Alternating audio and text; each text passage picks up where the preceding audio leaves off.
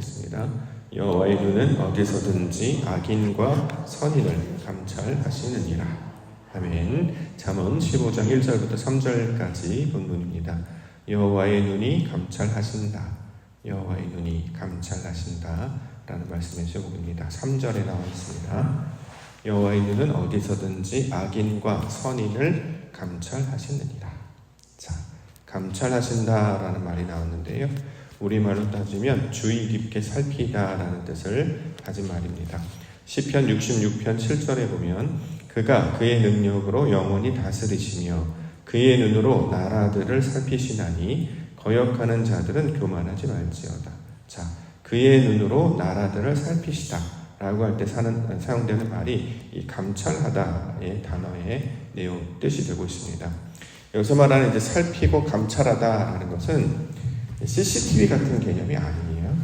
뭔가 잘하나 못하나, 앉아있나 서있나, 말을 듣나 안 듣나 이렇게 해가지고 이 사람 잡아가지고 이제 벌 줘야 되겠다 이런 말로 하는 어떤 감찰이나 그것이 아니라 이것이 이제 모양만으로 흉내를 내고 있는지 아니면 그 속 사람까지 변화되어 있는지를 돌보고 살피는, 그러니까 농부가 이제 곡식들을 살펴볼 때에 알곡이 잘 자라고 있는지 이렇게 이제 살피며 돌보는 일을 나타낼 때 쓰는 말이 오늘 본문에 이제 감찰하시다라는 내용입니다. 예컨대 우리 정원의 계단에 보면 이제 등을 조그만 걸 달았어요. 근데 어떤 거는 아침까지 반짝반짝해서 빛이 나는 게 있는가 하면 어떤 것들은 밤 되면 흐지부지 해가지고 여리멍텅하는 게 있단 말이죠. 게다가 또 안 켜지는 것도 있어요. 산지 얼마 되지도 않았는데 그러면 왜 안 되지? 빛이 좀 적어서 그런가? 아니면 그늘에 너무 오래 있다 보니 그런가? 그러면 이제 그거를 띄어다가 햇빛이 이제 잘 드는 곳으로 이렇게 놓으면 또 다음날 되면 반짝반짝 빛이 나기도 합니다. 이렇게 돌볼 때 원래 기능을 정상적으로 해야 되는데 이것이 잘 되나 안 되나를 살피는 것, 이걸 이제 감찰하다. 우리말로 하면 이제 돌보다라는 개념으로 이해하시면 좋겠습니다. 하나님께서 우리를 이렇게 돌보신다는 거죠. 어떻게 해요? 여전히 옛사람의 모습 가운데 있는가? 아니면 날마다 성장하고 있는가? 잘 자라고 있는가? 열매를 맺고 있는가? 이렇게 돌보고 살피셔서 필요할 때마다 하나님께서 그때 우리에게 맞는 것들을 가르치시고 먹이시고 인도하셔서 우리를 하나님의 사랑으로 변화시키는 것. 자, 이것을 가르치는 말입니다. 누가 우리를 돌보십니까? 부모님밖에 없죠. 이제 어느 정도 성장하고 나면 또 돌보는 사람도 없어요. 인생 나 혼자 열심히 살아가야 된단 말이죠. 그래서 내가 어느 길로 가든지 사람들이 관심이 없고 내가 어떻게 먹고 어떻게 자고 어떻게 나아가는지 아무도 여기에 이제 관심을 두지 않는데 성경은 하나님만이 우리를 감찰하시는, 돌보시는 분이시다 이렇게 얘기한단 말이죠. 자다가 이불을 차버리면 덮어주는 분이 있어야 되지 않겠습니까? 또 밥을 먹었는지 안 먹었는지, 좋은 일이 있었는지 나쁜 일이 있었는지, 속사람이 하나님께서 말씀하신 그 사람으로 점점 채워지고 있는지 아닌지, 자, 이런 것들을 살피시며 돌보시는 분, 그분을 오늘 본문에서는 여호와의 눈 이렇게 이야기합니다. 그러므로 항상 어디로 가든지 우리를 온전케 하시는 분이 있다는 게 우리에게 신앙의 중심이 된다는 거예요. 내가 뭘 하든 어디로 가든 무슨 말을 하든 어떻게 살든 아무도 관심이 없는 게 아니라 정말 잘 됐으면 좋겠다라고 해서 늘 관심을 두고 잘 자라는가, 잘 하는가, 필요한 건 없는가, 혹시 춥지는 않는가, 배는 고프지 않는가, 빛이 짧아서, 빛이 부족해서 빛을 내려고 할 때 이렇게 부족하진 않는가. 그래서 빛이 부족하면 부족한 걸 채워내고, 또 배가 고프면 양식을 주어주고, 또 돕는 자가 필요한 경우 이렇게 하나님께서 하나님의 백성을 도우셔서 이렇게 나를 지키시고 돌보시는 분이 하나님이시구나 라고 하면서 그 속사람이 채워줌으로 말미암아 하나님의 사람이 되게 하시는 일을 성경에서는 우리 하나님이 하시는 일이다. 자, 이렇게 말씀하고 있는 것이죠. 그러므로 여호와의 눈이 감찰하신다라는 말을 들으면 우리가 이제 이런 번역도 그렇고 해석도 그렇고 늘 뭐랄까요? 이제 부정적이고 냉소적이고 소위 말해서 사랑받지 못한 자의 특징은 모든 것을 좀 삐딱하게 보는 경우가 있잖아요. 부정적으로 인식하는 경우가 있는데 그러한 상태에서 하나님의 사랑으로 바꾸어지는 이야기를 하고 있는 것입니다. 그렇기 때문에 성경에 나오는 모든 구절들은 합력하여 선을 이루는 내용이기 때문에 하나님의 뜻을 이루시는 내용이기 때문에 이것이 나를 위한 말씀이고 하나님께서 이토록 나를 살피시고 돌보시는 분이시구나, 이렇게 이제 받아들여서 그것을 우리의 말씀으로 우리 붙잡기를 원합니다. 여호와의 눈이 저와 여러분들을 살피시며 돌봐주실 줄 믿습니다. 그래서 그 뜻대로 날마다 자라게 하여 주시옵소서. 마치 우리를 돌보는 코치 같기도 하고, 우리를 돌보는 매니저 같기도 하고, 우리를 돌보는 농부 같기도 하고, 이런 분이 바로 여호와 하나님이시를 기억하면서 언제 어디서든지 우리와 함께 하시는 하나님을 의지하며 기도 가운데 나아가시는 우리 성도님들 되시기를 소망합니다. 자, 1절 보겠습니다. 15장 1절, 잠언 15장 1절. 유순한 대답은 분노를 쉬게 하여도 과격한 말은 노를 격동하느니라. 대답을 잘하면 좋아지고 대답을 잘 못하면 화난다, 이런 말처럼 들리는데 그런 의도로 주신 건 아니겠죠. 이게 무슨 뜻이냐면 유순한 대답이 되게 하신다. 대답이 뭡니까? 우리가 이제 말로 해서 어떤 말을 하는 것처럼 되는데 우리가 하나님의 대답이에요. 하나님이 우리 가운데 역사를 하잖아요. 그러면 하나님의 정답은 누구냐면 우리예요. 우리가 하나님의 답이 되는 거예요. 세상 가운데 우리 하나님께서 질문을 던지셨죠. 하나님의 영광은 어떻게 볼 수 있는가, 어떻게 나타날 수 있는가, 그걸 하나님의 사람들로 나타내고 보이게 하셔서 그들로 말미암아 하나님의 답이 되게 하시는 거예요. 근데 우리가 답인데 유순한 대답, 그러니까 하나님께서 기뻐하시는 답이 되어야 되겠죠. 하나님의 영광의 빛을 발하고 진리를 말하고 하나님의 것을 참는 그 답들이 되어야 된단 말이죠. 자, 그렇게 됐을 때 분노를 쉬게 된다. 그러니까 하나님의 일이 우리를 가르치셔서 아버지의 정확한 대답이 되게 하시는데 이것이 그동안 잘 되지 못했단 말이죠. 예를 들어서 우리의 보통 이제 자녀들을 볼 때 우리가 이제 잘 키워내지 않습니까? 근데 자녀들이 되게 행복해요. 그러면 이제 아이들 사랑을 많이 받고 어떤 엄마입니까? 어떤 아빠입니까? 어떻게 살아갑니까? 근데 아이들 딱 보면 이게 우리 정답입니다. 우리 아이들은 행복해요. 건강해요. 평안해요. 그럼 이게 나의 답입니다. 이렇게 말하는 거죠. 우리가 그런 유순한 대답이 되게 하셔서 그 분노의 상태, 여기서 분노라고 하는 것은 이제 보통 하나님이 하시는 일을 가리키는 말인데 막 화나다 이런 말이 아니라 아이가 모기에 물려가지고 손이 퉁퉁 붓어요. 그러면 하나님께서 아버지가 엄마 가만히 있지 않잖아요. 애들이 막 놀다가 무릎을 다쳤어요. 그럼 내버려두지 않죠. 왜 그랬어? 얼마나 아플까? 이렇게 움직이는 거를 분노라고 번역을 한 겁니다. 화를 난다. 그런 개념. 그러니까 인간적인 어떤 거라기보다 우리 하나님이 돌보시는데 그 연약함과 부족함이 있기 때문에 그것을 애쓰고 살펴서 온전하게 하시는 것. 그래서 아이가 다시 붕대를 메고 약을 발라서 건강한 상태로 만들면 이걸 유순한 대답이 되게 하겠다, 이렇게 얘기하는 거죠. 하나님이 기뻐하는 모양으로 만들어지는 걸 유순한 대답이다, 이렇게 이제 번역을 하는 것입니다. 그럼 이제 과격한 말이 있네요. 그 다음은 과격한 말은 뭐냐면 이제 나쁜 말이나 뭐 감정을 끌어올리는 말로처럼 이제 번역을 했는데 그게 아니라 하나님께서 우리 가운데 말씀을 주면 우리 가운데 어떤 일이 벌어지면 마음이 격동이 일어나죠. 예를 들어서 히브리서 4장 12절, 우리가 잘 알고 있는 말, 하나님의 말씀은 살아있고 활력이 있어 좌우의 날선 어떤 검보다도 예리하여 혼과 영과 및 관절과 골수를 찔러 쪼개기까지 하며 또 마음의 생각과 뜻을 판단한다.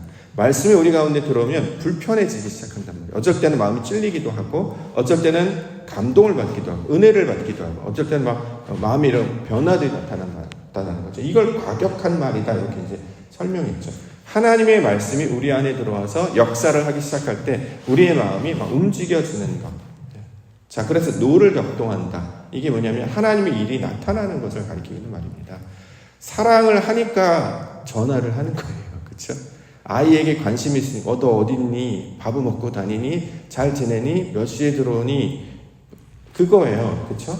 그래서 그 말을 들은 아이가 만약 밖에 있다고 쳐요. 근데 내가 오늘 좀 놀려고 했거나 또 안 좋은 일인데 갑자기 부모로부터 연락을 받았어요. 그러면 갈등이 생기게 되죠.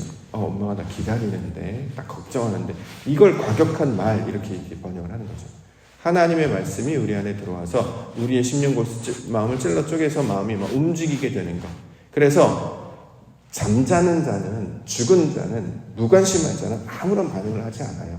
그런데 말씀을 계속 하는 거예요. 잠자는 자에게 자, 우리 일어나야 돼, 학교 가야 돼, 뭐 예배 가야 돼, 이러면 마음이 막 움직이죠. 이걸 과격한 말. 하나님이 하시는 말씀 때문에 반응하게 되는 것. 이걸 이제 나타내는 말입니다. 이게 그러면 하나님이 돌보시는 이야기를 지금 하고 있다는 거잖아요.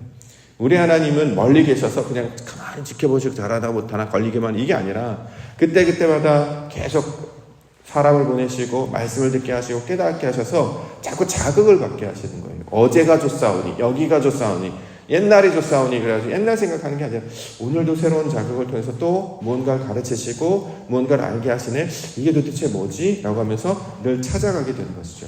찾고 구하고 두드리는 자. 그래서 모든 것 가운데 펼쳐져 있는 하나님의 뜻을 발견하고 그것을 알아채고 그것 가운데 우리의 마음을 들여 나아가게 하시는 일. 그래서 길을 인도하시고 우리를 성장시키시고 하나님의 뜻 가운데 나아가게 하시는 분. 이게 바로 감찰하신다의 내용들을 쭉 설명하는 내용입니다. 그래서 우리가 하나님이 답이 되게 하시고 하나님의 말씀이 우리를 만지셔서 하나님 일으키시고 변화시키시고 움직이시는 일. 자, 이것을 우리에게 말씀을 가르쳐주고 있습니다. 이걸 가만히 들으면 어떤 생각이 드냐면 이 사람은 지금 사랑받고 있구나. 부모님으로부터 밥 먹었니? 이게 잔소리가 아니잖아요. 필요한 건 없니? 너 도움이 필요할 것 같은데? 라고 이렇게 이야기할 때 그러면 얼마나 마음에 사랑받고 있다고 생각할 거예요. 아무도 세상 가운데 전화하지 않는데 누군가 와가지고 전화가 왔어요. 여보세요? 엄마야, 아빠야, 밥 먹었어? 필요한 거 없어? 괜찮아? 안 다쳤어? 그렇게 된다는 거예요. 우리를 그렇게 하나님께서 늘 자극시키시고 그거를 보내신 자들, 선지자를 통해서 말씀하시든지 상황을 통해서 나타내시든지. 그래서 분명히 저 멀리 타향에 있는데 같이 있는 것 같지 않은데 언제 어디서든지 이렇게 하나님의 돌보심을 통해서 이 아이가 지금 잘 지내고 있는지를 나타내는 말로 감찰하신다. 요거를 나타내는 말입니다. 지혜 있는 자 2절. 지혜 있는 자의 혀는 지식을 선히 베풀고 미련한 자의 입은 미련한 것을 쏟느니라. 자, 지혜 있는 자라는 단어. 이건 이제 잠언의 주제이잖아요. 지혜 있는 자. 우리로 주에 있는 자가 되게 하시는 것이 잠언의 목적이죠. 지혜는 어디서 나오느냐? 지식에서 나오죠.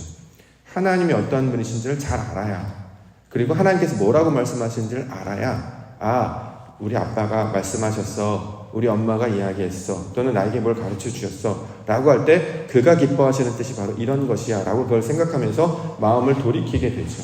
그래서 연락을 한다던가 집에 들어온다던가 아니면 하나님 일을 하려고 한다던가 그럴 때 하나님을 찾는 자는 하나님의 말씀을 유효하게 사용하여서 그것을 통해 하나님의 뜻이 나타나도록 살아간다. 이걸 지식을 선히 베풀다 라는 말로 설명하고 있는 것입니다. 자, 사랑받는 자들의 특징은 뭐냐면 집에 이제 그런 엄마가 걱정할 수 있으니까 어머 저 오늘 좀 늦어요. 우리 친구들과 밥 먹었어요. 안심하실 거 아니겠습니까? 그럼 이 지혜 있는 자가 되겠죠. 왜 그러냐면 부모님이 어떤 걱정할 거라는 걸 잘 알기 때문에. 그걸 모르는 사람들은 그런 생각조차 못하겠지만 부모가 어떤 일을 하는지를 아는 친구들은 거기에 맞춰서 생활을 하려고 한단 말이죠. 이걸 이제 하나님과 우리의 관계로 보면 하나님께서 기뻐하신 뜻이 무엇인지를 아는 자들은 그가 기뻐하는 뜻을 향해 나아가지 않겠습니까? 그렇기 때문에 아는 바, 그들이 배운 바, 그들이 깨달은 바대로 살아가게 된다. 그래서 규모 없는 자로 살지 아니하고 부모 없는 자로 살지 않고 고아와 같이 살지 아니하고 또 하나님의 사랑받는 자로 살아가게 되는 것을 이 지식을 베풀다의 내용으로 설명합니다. 그러면 이제 미련한 자의 입은 미련한 것을 쏟는다. 그런 것이 없는 것임을, 그러니까 자기 뜻대로 살아가는 것을 가리키고 있는 말이죠. 그렇기 때문에 여기서 말하는 미련한 것이라는 것은 사랑받는 증거가 없는 거예요. 특징들, 사랑받지 못한 사람들의 특징을 보면 말이 좀 험하죠. 표현을 할 때 같은 말이라도 굉장히 날카롭게 말을 하시는 거예요. 굉장히 공격적으로 하시는 거예요. 이게 뭐 성향 차이가 아니라 그 이면을 가만히 가다 보면 사랑을 별로 받은 적이 없어요. 그러니까 자기가 수용받거나 다른 사람에게 인정받은 경우가 없는 경우에는 사람이 굉장히 공격적이나 날카롭거나 또는 어떤 짜증이 굉장히 섞인 말들을 한단 말이죠. 그 안에 사랑이 담겨져 있지 않고 하나님의 어떤 것 아는 지식이 담겨져 있지 않기 때문에 껍데기 상태, 비어있는 거잖아요. 하나님의 내용이 없어서, 사랑이 없어서 그러한 상태를 이제 성경은 미련한 상태 이렇게 이야기하는데, 그 미련한 자에게 은혜를 베풀고 사랑을 베풀고 지식을 채워주셔서 사랑받는 자로, 지혜 있는 자로 살게 하시는 것이 하나님의 일이 된다는 것입니다. 우리가 그동안 하나님의 것을 잘 발견해보면 너무나도 큰 사랑을 받았음을 알게 됩니다. 그러면 그의 사랑을 말하려고 하잖아요. 그런데 아직도 미련한 것을 드러내는 것은 난 사랑받은 적이 없어. 나한테 해준 게 뭐야? 이걸 미련한 것이라고 이야기한단 말이죠. 근데 그 미련한 자의 입술은 성령께서 깨닫게 해주시면 아니구나. 이게 내 힘으로 살아간 게 아니라 다 부모로부터 주변으로부터 도움을 받았기 때문이구나. 그러면 그 사람이 입술이 난 받은 게 없어, 해준 게 없어 이렇게 살아가는 것이 아니라 맞아 이것도 해주셨지 인정하게 되고 더 나아가 감사하게 되고 더 나아가 기뻐하게 되죠. 내가 이렇게까지 사랑받은 사람이구나. 그래서 우리의 눈과 귀가 하나님의 그 기뻐하시는 그 눈까지 열리게 되도록 하는 말이 여호와의 눈으로 이제 설명하고 있는 것입니다. 결국 여호와의 굳이 눈으로 감찰하신다. 이렇게 그럴 필요는 없잖아요. 근데 우리의 눈이 아직 하나님의 눈으로 잘 열려지지 않았기 때문에 그의 눈으로 이제 보게 하시는 것. 그래서 나의 껍데기의 상태, 하나님을 알지 못했던 그 악인의 상태에서 나를 하나님을 아는 그 선인의 상태로 바꾸어내시는구나. 이걸 이제 하나님의 눈으로 볼 수 있도록 우리는 계속 가르치시고 포기하지 않으시고 끝까지 인도하시는 것이 성경에서 여호와 하나님이시다. 이렇게 말씀하고 있는 것입니다. 그래서 나중에 철이 들어야 부모님의 은혜와 사랑이 생각나죠. 어렸을 땐 잘 몰라요. 그렇게 많이 해줬는데 다 내줬는데도 해준 게 뭐가 있느냐. 그렇게 내가 이제 예를 들어 돌아가셨거나 더 이상 도움을 주시지 못한 상태가 됐을 때 맞다 이게 다 그 부모님 때문이고 그의 헌신 때문이고 이런 이제 발견하게 되면 아이고 이렇게 생각하는 것처럼 하나님의 은혜와 사랑도 눈이 열리고 귀가 열려야 이게 보게 되고 듣게 됩니다. 저와 여러분들을 불러주신 것은 계속 그 은혜와 사랑을 보라고 들으라고 성경을 통해서 계속 연습을 시키시는 거예요. 그래서 그 연습을 하게 되면 그래 맞아 이것이 하나님께서 내게 해주신 은혜와 사랑이지 라는 것을 알게 된다라는 것입니다. 중요한 것은 우리를 눈은 눈으로 이는 이로 할 때 우리의 눈이 하나님의 눈으로 계속 성장할 수 있도록 보지 못했던 것들을 보게 하시고 듣지 못했던 걸 듣게 하시는 그 모양으로 계속 나아가게 하신단 말이죠. 그러려면 어떻게 되냐? 마음이 하나님께 가 있어야 합니다. 마음을 아버지께 두어야 합니다. 그래야 이것이 성장하게 된다는 거죠. 그 먼저 하나님께서 우리를 어떻게 돌보시고 살피시는지를 계속 보여주셔서 우리의 눈이 아버지의 눈으로 바뀌는 게 하는 그 순간까지를 인도하는 말을 이 잠언, 지혜 있는 자로 만드시는 하나님에 관한 이야기로 설명하고 있습니다. 오늘도 주의 사랑이 우리 함께 할 줄 믿습니다. 그러므로 두려워하지 아니하고 겁내지 아니하고 하나님이 함께 하시면 지켜보면서 이 중에서도 답을 항상 주신단 말이에요. 우리는 답을 못 찾는 사람이 아니라 이 중에서도 길을 찾고 피할 길을 찾고 하나님이 원하시는 그 답을 찾는 자로 우리를 인도해 주셨습니다. 그렇기 때문에 아버지의 사랑과 은혜 안에서 그걸 바라보면 보이실 거예요. 그것을 찾으면 찾게 됐을 줄 믿습니다.